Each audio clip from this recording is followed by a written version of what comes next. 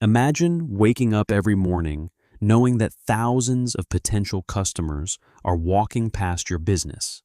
They need coffee before an 8 a.m. lecture. They want a sandwich between classes. They need a quiet place to study, and some of them may come back every single day. Now imagine owning the small cafe sitting right outside that college campus. At first, it sounds almost too good to be true. A steady stream of customers, high demand, repeat purchases, and a product people can buy for just a few dollars. But here's the interesting question. How much money can a small cafe near a college actually make? Because selling coffee is only one part of the story. Behind every $5 latte is a much bigger economic machine. There is rent, employees, coffee beans, milk, electricity, equipment, taxes, credit card fees, and thousands of small expenses that customers never see. So today, we're going inside a fictional American cafe called Campus Brew to understand the economics behind this business. And by the end, you'll see why a cafe in the right location can become a powerful cash flow business. But a cafe in the wrong location can become a financial nightmare. Let's start with the most important asset of the business: location. Imagine Campus Brew is located directly across the street from a large American college. Every weekday morning, thousands of students pass through the area. That creates something every business owner wants: foot traffic. And foot traffic has economic value. The cafe doesn't have to convince every student to drive across town. The customers are already there. They are hungry, they're tired, they're studying, and most importantly, they have limited time. This creates a powerful business advantage.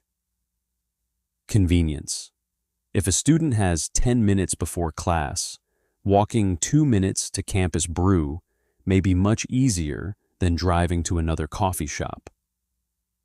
And this is where economics becomes interesting. When customers value convenience, they may be less sensitive to small price differences. A student might think, sure, another cafe sells coffee for 50 cents less, but it's 15 minutes away. So the location isn't simply a place where the cafe operates. The location itself becomes part of the product, and that can give the owner pricing power. But location comes with a price.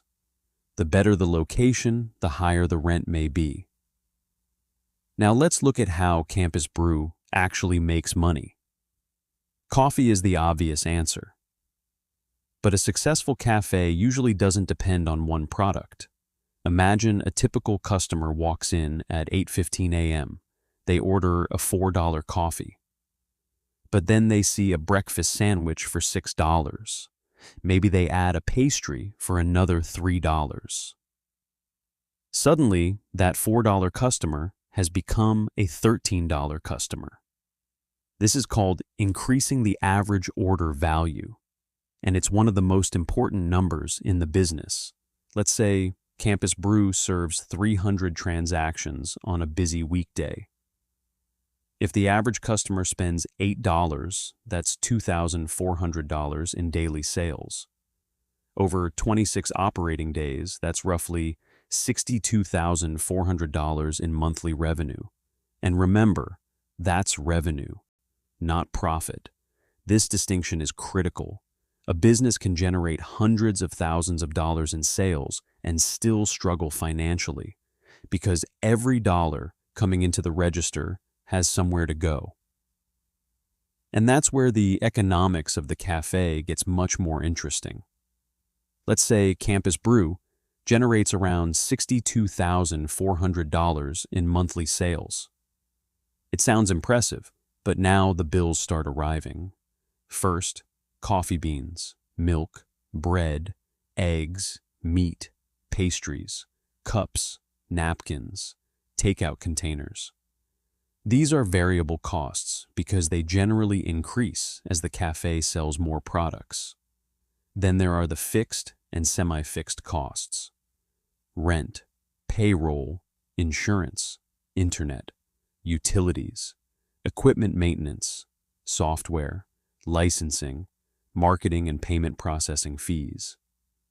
Suppose the cafe spends $20,000 on labor in a month, another $15,000 on ingredients and packaging, $8,000 on rent and occupancy-related costs, and another $7,000 on utilities, insurance, fees, maintenance, and other expenses. That leaves approximately $12,400 before taxes, debt payments, and any additional owner-level expenses. Suddenly, the picture looks very different. The cafe isn't keeping $62,400. It's generating $62,400 in revenue, while only a fraction becomes operating profit. And this is one of the biggest lessons in small business revenue gets attention. Margins determine survival. Now let's follow Campus Brew through a normal day. It's 6:30 in the morning. The first employees arrive. The espresso machines turn on. The ovens heat up. Milk is prepared. Food is stocked. And before the first customer walks through the door, the cafe is already spending money. At 7:30, the morning rush begins. Students line up. Orders come in faster. Coffee moves out. Breakfast sandwiches disappear. For the next 2 hours, the cafe is operating at high capacity. This is the dream. But then something interesting happens. Around 10:30, the rush slows down. The cafe is still paying rent. Employees are still being paid. The lights are still on. But there are fewer customers. This is why capacity utilization matters. A cafe has limited tables, limited employees, limited equipment, limited hours. If those resources sit unused for long periods, the business is leaving potential revenue on the table. So the owner has to ask, how do we make money during the slow hours? Maybe the cafe offers lunch. Maybe it becomes a study space. Maybe it sells afternoon snacks. Maybe it creates student loyalty programs. The goal isn't simply to attract more customers. It's to get more economic value from the resources the business already owns. Now let's put everything together. Imagine Campus Brew generates $62,400 in monthly sales after ingredients, labor, rent, utilities, insurance, fees, maintenance, and other operating expenses. Suppose approximately $12,400 remains before taxes, debt payments, and certain owner-specific expenses. That would be an operating margin of roughly 20% in our simplified example. But here's the catch. Real businesses rarely perform exactly like a spreadsheet. One month could be excellent. Another month could be slow. A piece of equipment could suddenly break. Food prices could increase. Rent could rise. A competitor could open across the street. And during summer break, the student population could drop dramatically. This is where the concept of risk enters the economics. The owner isn't simply buying a coffee machine, they're making a bet. They're betting that customer demand will remain strong enough to cover the costs of running the business. And the bigger the fixed costs, the more important that bet becomes. So, what makes a college area cafe potentially powerful? It's not just coffee, it's repeat customers. Imagine a student discovers Campus Brew during freshman year. They buy coffee on Monday, then Tuesday, then Wednesday. Soon, buying coffee becomes part of their routine, and routines are incredibly valuable to businesses. The cafe doesn't have to acquire that customer from scratch every morning. The customer already knows where they're going. This reduces the psychological friction of buying. And if the cafe builds a strong relationship with students, that customer might buy hundreds of dollars worth of products over several years. This is called customer lifetime value, and it changes how the owner thinks. Instead of asking, "How much profit did I make from this $5 coffee?" the smarter question becomes, "How valuable could this customer become over time?" That's why loyalty programs, good service, consistent quality, and convenient locations matter so much. The real asset may not be the coffee machine. It may be the habit the cafe creates in its customers. But there's a darker side to this business. A great location doesn't guarantee success. Imagine a new competitor opens nearby. They offer cheaper coffee, free Wi-Fi, more tables, better branding. Suddenly, Campus Brew has a problem. Or imagine the college changes its schedule. Fewer students are on campus, or classes move online. The foot traffic disappears. But the rent doesn't. That's the dangerous part of fixed costs. When sales fall, some expenses fall with them, but others don't. The cafe may sell fewer sandwiches, but the landlord still expects rent.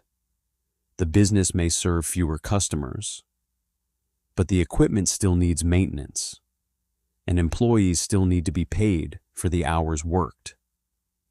This creates operating leverage. When sales are strong, fixed costs can be spread across many transactions.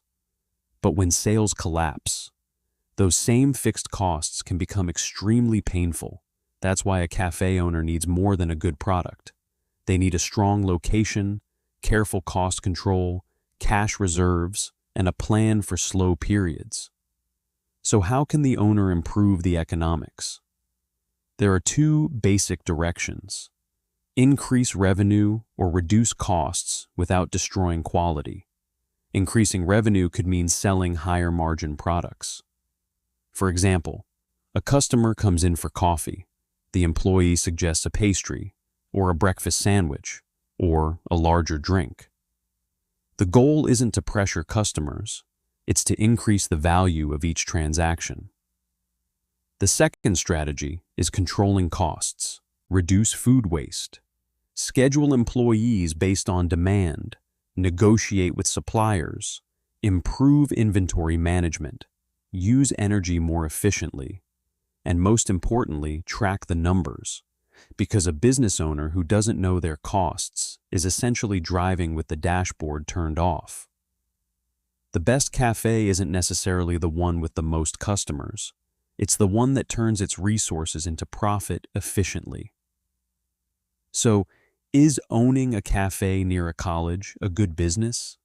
It can be, but the real opportunity isn't simply selling coffee. It's capturing a predictable stream of demand, turning occasional visitors into repeat customers, and converting every square foot, employee hour, and dollar of inventory into revenue. The cafe owner is constantly balancing three things: demand, costs, and customer behavior.